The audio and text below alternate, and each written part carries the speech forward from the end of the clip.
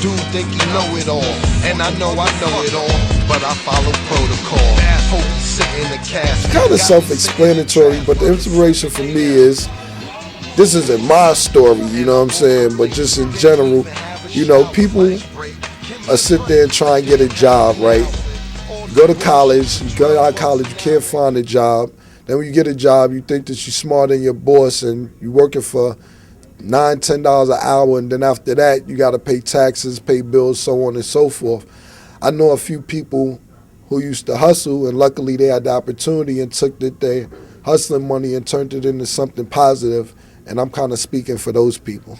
Well, it kind of influenced by, a female, not me necessarily with the recession, but a female that I know was going through the same similar situation that I talked about in the first verse of that song. So she kind of inspired me to write the song, I would say. I never had a job, man. I had 2 jobs. I had a job working at Jew Man on Simpson Street. That's a sneaker store when I was 15. I worked there 2 days, and they paid me after 2 days, and I never went back. Then when I got out of college, kicked out of college, I worked in the garment industry, putting dresses in boxes. They paid me $60 a day, every day cash. I got $180 and I never went back. So I worked for 5 days out of my life. I liked it. It was cool. I like any job that pay cash same day. They can't be mad at that. Why I can't take a job? You got a job? You make your own schedule, right? You get there when you want. You ain't got to sit in traffic at 9 in the morning after work. You don't have to worry about rush hour getting home. It's the best. And then on top of that, you probably going to think that you're smarter than the person you working for anyway. It's just going to piss you off.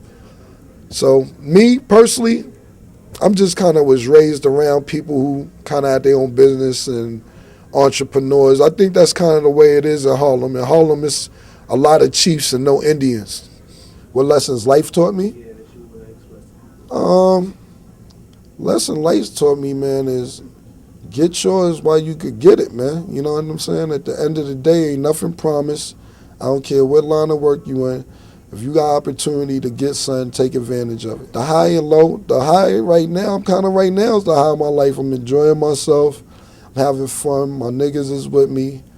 We healthy. We having a great time. The low end of my life was living on 140th with mice eating my feet at nighttime and roaches in my mayonnaise sandwiches. I mean, yeah, definitely. I mean, but you got to learn how to balance that out, and you got to learn how to, brush people off and learn how to fuck with who you gonna want to fuck with, But at the end of the day, all our music comes from the streets, so you got to be in the streets sometime. At least I do, to get inspiration to do what I have to do.